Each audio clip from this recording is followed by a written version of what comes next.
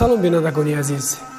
اینک باز با توجه شما سلسله برنامه نابغه دوران از تلویزیونی 7 ستاره منظورتان می‌گردد. بینندگان گرامی، ما تهیه‌گران برنامه تصمیم گرفتیم در این شماره برای شما درباره حیات و کارنامه‌های بی‌نظیر علامه بزرگ مشرق زمین ابو علی ابن سینا معلومات پیشنهاد نماییم.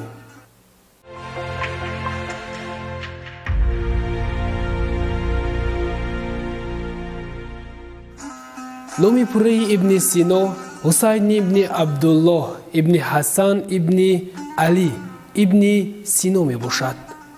طبق مأخذهای تاریخی او 18 آگوست سال 980 در دهه لقلقه یعنی افشانه حضیره در شهر بخارا در اویله توجیک به دنیا آمده است. پدری او عبدالله علیم اسماعیلی با ابرو از بلخ بوده در دربار پادشاه کار میکرد و با ستاره نام دختر ازدواج میکند. از همین ازدواج این عبدالله و ستاره بانو سال 980 ابو علی ابن سینایی که ما امروز این علامه بزرگ هستند به دنیا میبرد. دنیا 980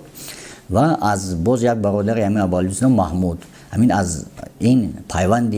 دو سینای از پیوند عبدالله و ستاره بانو دو نسل، یعنی که همین دو برادر یعنی ابو علی یعنی حسین و محمود به دنیا میبرند. پدرش در نزد دو آموزگاری که اینجا اشاره نشده است نامشون برای آموختن مکتب ابتدایی میتید و در دوام 5 سال و ابن سینا تا 10 سالگیش همین علمهای همان زمانه خودش رو از بر میکند. سپس ابن سینا در سن 10 سالگیش قرآن رو ختم کرد و بعدتر با آموزش دیگر علم‌هایی که همون در همون زبان بودن، یعنی علم طبیعیات، علم منطق، علم اسلوب شناسی و دیگر علم‌ها عموما پیوست که تا سنی 15 سالگی 15-16 سالگیش تمام علم‌هایی که در بر بود با جز علم طب علم رو همش آموخت. یعنی که وای بچگی خودش در زندگی نامش میگوید من اوج کامل شدم، یعنی که من اون چیزا رو از بر کردم، از خود کردم و سپس با علم همین و علم طب یعنی همون ابو منصور حسنی قمری بخارایی که همون طبیب دربار سامانیان بود علم طب رو به همین میموزد. اما از گفتی وای که همون زندگی نامه ابو علی جزویانی که مینویسن میگه که در سن 12 سالگی اول با آموختن علم سر کرد، اما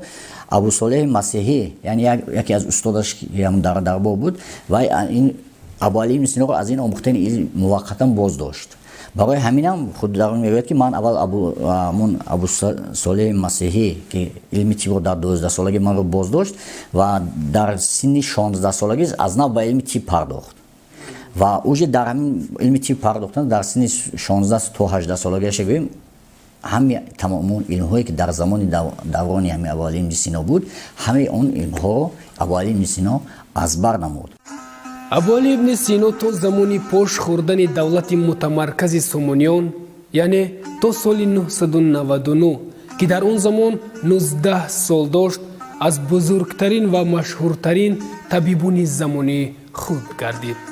همچنین با او میسر گردید که پادشاه دوران خود یعنی نوح ابن منصور را نیز معالجه نماید.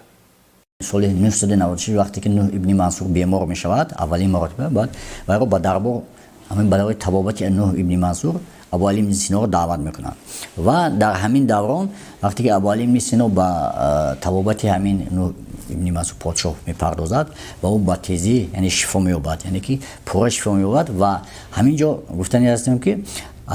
ابو علی ابن سینا و میخواد که با سر ابو علی ابن سینا با گفتی خلق طلا بریزد و اینکه همون اون چیزی بویگری تیاد، اما ابو علی ابن سینای جوان این از این قضیه رد میکند و میگه که برای من زیر و زیور در کار نیست و تنها از شما یک خواهش دارم. میگه خب پس میگه بگو که من چی برای تو اجرا کنم. میگه که در همون دوره در زمان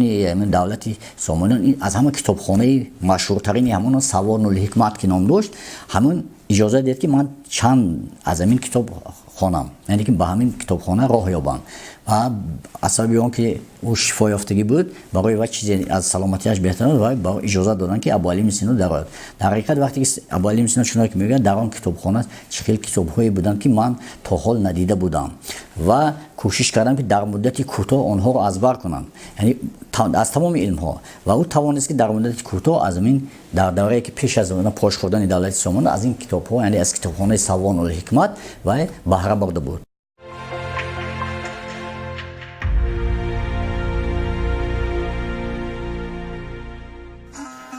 баъди барҳам хӯрдани ҳокимияти давлати Сомониён, Абу Али ибни Сино маҷбур шуд ки аз дасти ҷоҳилони ғазнавӣ роҳи гурезро пеш гирад ва ӯ ба пойтахти давлати Хоразм шаҳри Гурганҷ омад. замоне ки ӯ ба Гурганҷ меояд, қисми зиёди аҳолии ин шаҳр ба бемории сироятии вабо гирифтор шуда буданд ва ҳама шаҳри Гурганҷро тарк мегуфтанд. вале Ибни Сино дар он ҷо монд ва бо ситорашиноси машҳури давр Абу Райҳон Берунӣ ошноӣ пайдо кард ва бо кӯмаки берунӣ аҳолии Гурганҷро аз бемории вабо наҷот дод. дар ҳақиқат мо инҷо бояд ёдовар шавем ки Абу Али Сино, мақсади асосии Абу Али Сино он буд ки вай он чизе ки мисол дар тиб бахшид, вай тамоми илми тибро аз худ кардагӣ буд. Барои ҳаминам ҳисси масалан инсондӯстӣ, ҳисси гуманизм, яъне ки ҳамин нисбат ба бемор муносибате ки Абу Али Сино дошт, барои вай фарқ набуд ки ин бемори сироятшаванда аст ё ки мегузарад, лекин вай кӯшиш мекард ки то ҳаддалимкон барои ҳамин беморон ва ки мисол ҳамун заъфи беморон, ҳамун ҳолатҳои беморонро дида ҳисси инсондӯстии Абу Али Сино водор шуд ки вай онҷоро тарк накунад ва бояд ки дар паҳлӯи беморон истад. Вай мақсади асосии вай буд ки ман бояд ки тамоми ҳамин қувваю ҳусну вай худро бояд ки кӯшиш сарфи он кунам ки ҳамин бемороне ки мисол аз вабо ки ин дар ҳақиқат бемори вазнини буд, беморие буд ки вай дар якдам ҳазорҳо одамон ба он гирифтор шуда аз ба коми марг фурӯ мерафтанд ва ӯ тавонист ки дар ҳамин муддати кӯтоҳ ба ҳамин қисми аз ҳамон онҳое ки ба вай вабо гирифтор шуда буданд ҳамонҳоро боз дорад ва тавонист ки дар як муддати кӯтоҳ ба ҳамин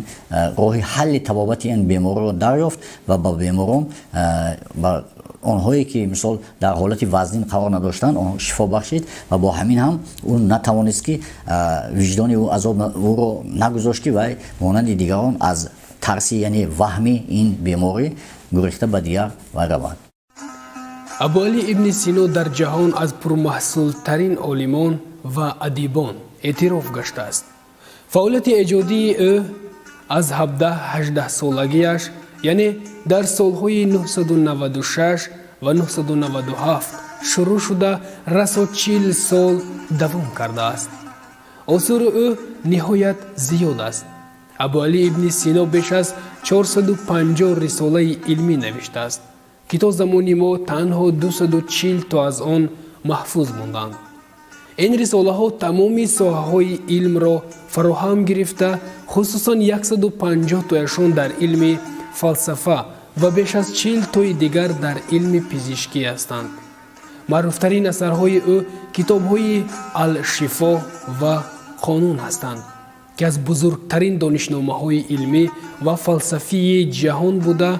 ва дар донишгоҳҳои Аврупо то асри 19 истифода бурда шуданд.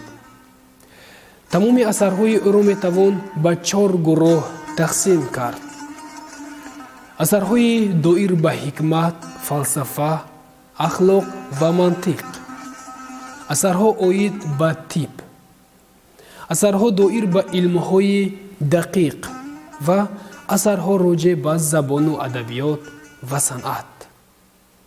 қонуни тиб Абу Али Сино соли 1012 оғоз мебахшад ва то соли 1022-24 дар муддати беш аз 10 сол Абу Али Сино қонуни тибро навиштааст. қонуни тиб ин яъне ки қонуни фитиб, яъне ки илм дар бораи табобат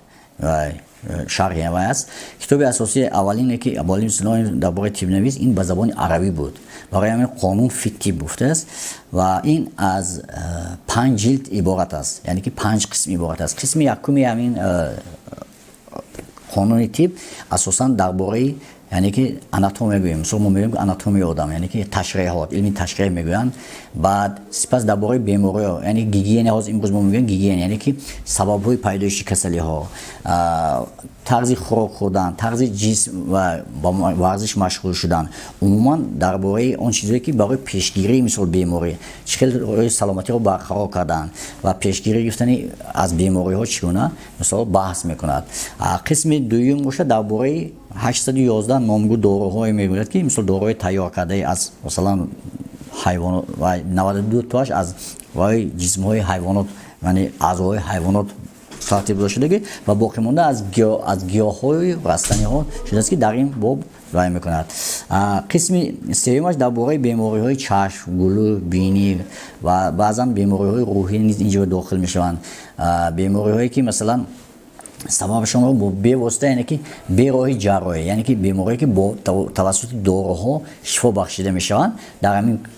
қисми яъне ки сеюми боби Абу Али ибн Сино, яъне қонуни тиб бахшида шудааст. Қисми чорум бошад асосан ба соҳаи ҷарроҳӣ бахшида шудааст. Яъне ҷарроҳиҳо, соҳаи ҷарроҳия, масалан омосҳо, ҳар гуна захмҳо, баъд ҳамчунин баъзе бемориҳое ки сабабашон номаълум аст, инчунин бемориҳои сирояткунанда ва дигар беморие ки дар ҳамон аз ҷумла бемориҳои масалан рӯҳӣ гуфтем ки ин яке аз қисми вае ки дар ду қисми ва дар бораи онҳо маълумот додааст, дар ҳам қисми дуввум ва севум ҳам дар қисми чорум. Ва қисми панҷуми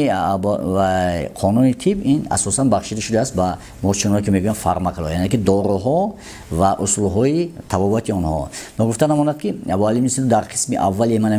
қонуни тиб асосан ба набз, яъне ки имрӯз мо миҷоз мегӯем, ҳамин миҷозро аз рӯи шинохтани набз ва ҳангоми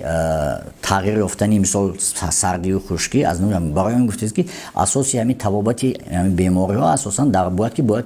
инсон, яъне ки табибе ки бояд ки ба ҳамин табобат мебарзад ва бояд ки албатта аз ин илм бархудор бошад, яъне ки аз миҷози беморро мо ҳозир масалан имрӯз баъзе дар миёбани халқ мегӯянд ки миҷозаш гарм ё сард аст. Анамин илми дар қисми нахустини қонуни тиб бахшида шудааст. Вақте ки дастгоҳҳои чопӣ ба миён мебояд, ин китобо теъдодаша ба 6 маротиба аз нав фечон мекунанд ва дар ҳамон давра ин дуввумин китоб баъд аз он ки Таврот, яъне ки баъз китоби Таврот сер масал серхонамтарин ва сер шумортарин китобе буд ки дар ҳамон давра шад. Ва гуфтан бояд ки дар ҳамон вақт дар Аврупо, дар тамоми ҳамин дорулфунунҳое ки дар Аврупо буданд, аз рӯи қонуни тиб, яъне аз рӯи қонуни тиб чӣ мекунад, 600 сол ин китоби рӯи мизии тамоми олимони дунё буд.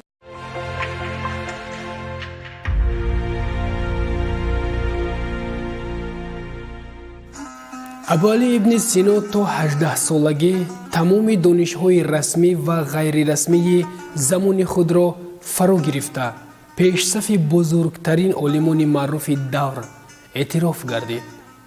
ӯ аз ҷумла илмҳои табииёт, илоҳиёт, фалсафа, ҳикмати илоҳӣ, нуҷум, мусиқии назарӣ, геометрия, математика ва амалиро мустақилона омӯхтааст. доир ба таҳсили илм худи Абу Али ибн Сино мегӯяд: ягон шаб пурра нахуфтаам ва рӯзона ба ҷуз омӯхтани илм ба коре машғул нашудаам. خاصیده که خبر می‌بود که هم کتابی شابالی مثل کتاب فلسفی اول انسان نفهمیدیم و او در همینجا در مدتی و سحر می‌خیزد شاگردش که می‌بینه که 50 صفحه همون افشا کرده است و همون قاصد با هیجان می‌بود که چقدر در یک شب همین 50 صفحه کتاب نوشته با علی سینا و علمی و نظریه فلسفی اونقدر مقتدر بود که و همون در همون وقت او همون همزمانش اون شخصانی که وای بودم من خصلت‌های بخیلی پیدا می‌شد و ابو علی رو گفت کافر می‌خواند که گپای چونه که این دروغ است برای چی وای در علمی فلسفه نقطه گذاشت زیرا او فلسفه ارسطو آموخته گفت که فلسفه مثلا وای این فلسفه که ابو علی فلسفه ماتریالیستی بود و نسبت با فرقیت از دیگر فلسفه‌هایی که در آن دوران بود فلسفه ماتریالیستی بود برای همینم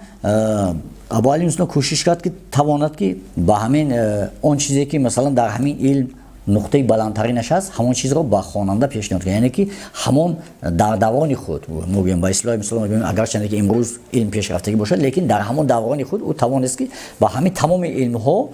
ваи худро, яъне ки фикри худро баён созад, аз он ҷумла дар ҳамин илми тиб. дар таърихи адабиёти форсу тоҷик ибни сино ҳамчун шоири ориф эътироф гашта муҳимтарин қисмати осори адабии ӯро шеърҳо ташкил медиҳанд.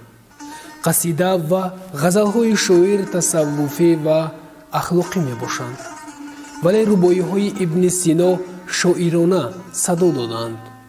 афкори ҳикматомӯзи шоир дар ашъораш ба таври равшан инъикос шуда муносибати иҷтимоӣ ва шахсияти шоирро ронаму месозанд. ҳамчунин ибни сино дар шеърҳояш хислати бади инсониро мазаммат мекунанд. бо ин ду се нодон ки чунин медонанд, аз ҷаҳл ки донои ҷаҳон нешонанд. хар бош ки ин ҷамоа аз фарти харӣ, ҳар ку нахарист кофираш мехонанд. гуфтам мумкин ки дар ғайр аз он чизе ки мо гуфтем бар илми арӯз рӯ овард ибни сино, яъне ки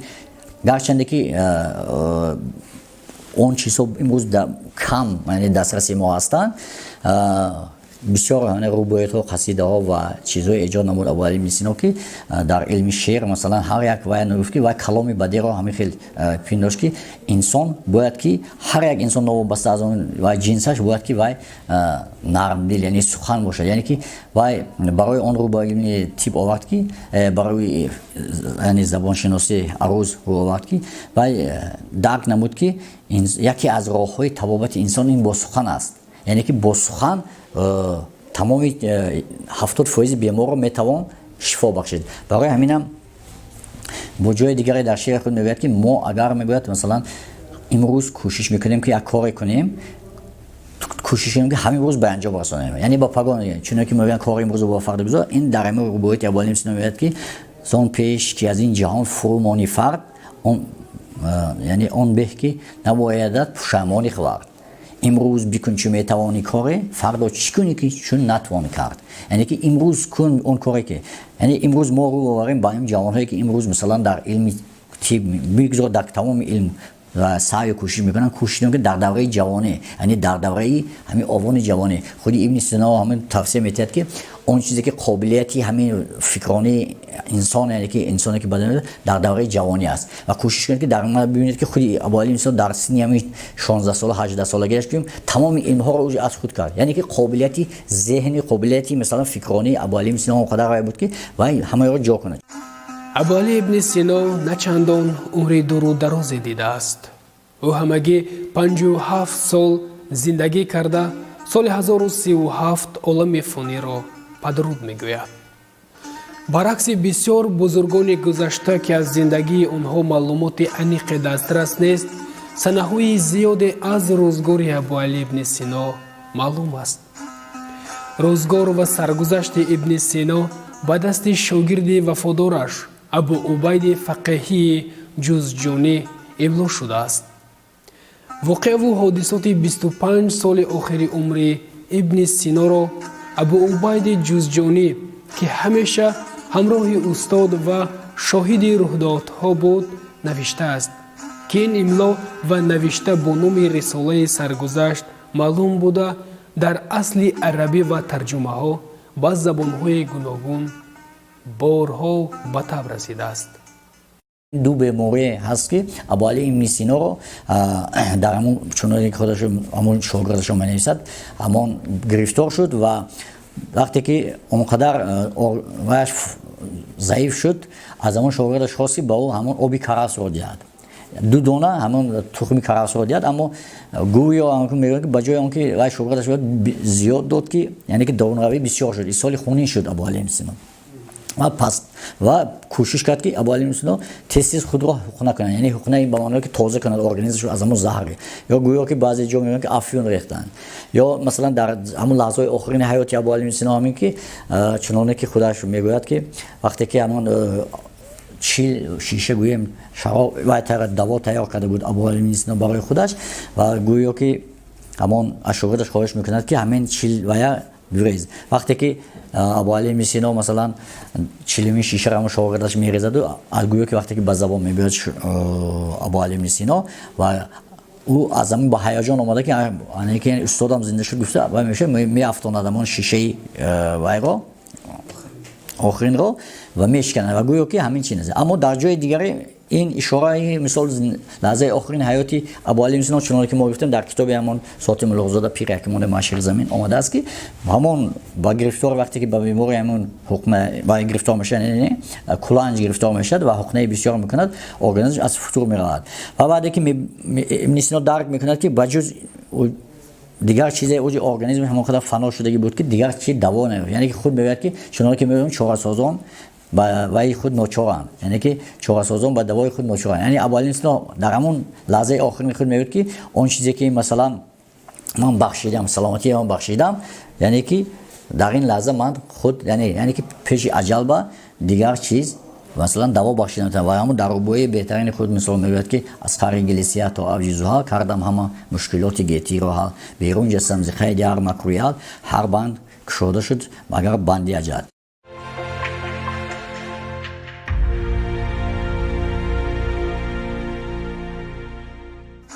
ابو علی ابن سینا نه فقط در عالم شرق حتی او در دنیای غرب نیز با عنوان اویتسنا مشهور است.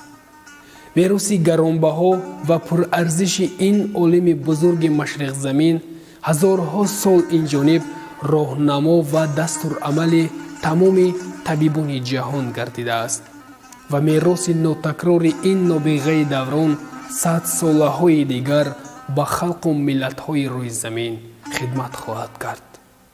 لیکن اون مثلا گرچند که عمر کوتاه مثلا 57 سال عمر دیدگی باشد اول سال همون وای در همون همدان گویم سال 2037 یعنی در 50 سالگی در همون همدان وفات میکند و همون در همدان همون مقبره امروز در همدان امروز ایران مقبره همون یعنی وای ابو علی ابن سینا است که تمام اعتقادشان تمام آنهایی که ابو علی ابن سینا را میکنند با این و زیارت این شیخ و رئیس میبیان و نام من هزار ساله ها گذشت اما نامی نیکی من ابو علی ابن سینا تا حال هست و گفتم که وقتی که سال 1980 با قرار یونسکو یعنی جشن 1000 سالگی ابو علی ابن سینا جشن گرفته شد بعد از آن یعنی نامی همین ابو علی ابن سینا ابداً با تمام جهان پیوسته یعنی که تمام جهان میداند ابو علی ابن سینا و امروز ما فخر از آن میکنیم که دانشگاه دولتی ابو علی تاجیکستان به نام ابو علی ابن سینا خیابانی ابو علی ابن سینا مجسمه ابو علی ابن سینا در شهر نوحه مثلا یا نوحه به نام ابو علی ابن سینا یعنی که برای زنده گرداندن این علامه بزرگ تمام امکانات ها و تمام امکانات ها استفاده برده و کردن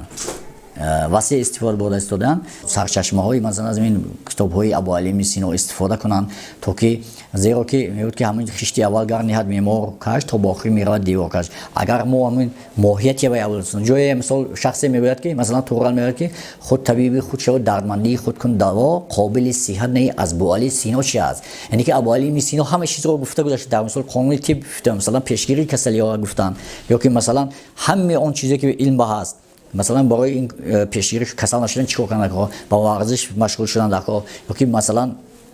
کم خوردن در کار همین چیزا رو گفته داشتن اما وقتی که ما کسل میشیم اینجا گناه ما نیست کسل گناه ابو علی ابن سینا نیست ما باید که کوشش کنیم که همون توصیه‌هایی که همون پیشنهاداتی که ابو علی ابن سینا و دیگر طبیبان همون زمان پیشنهاد ما از همونها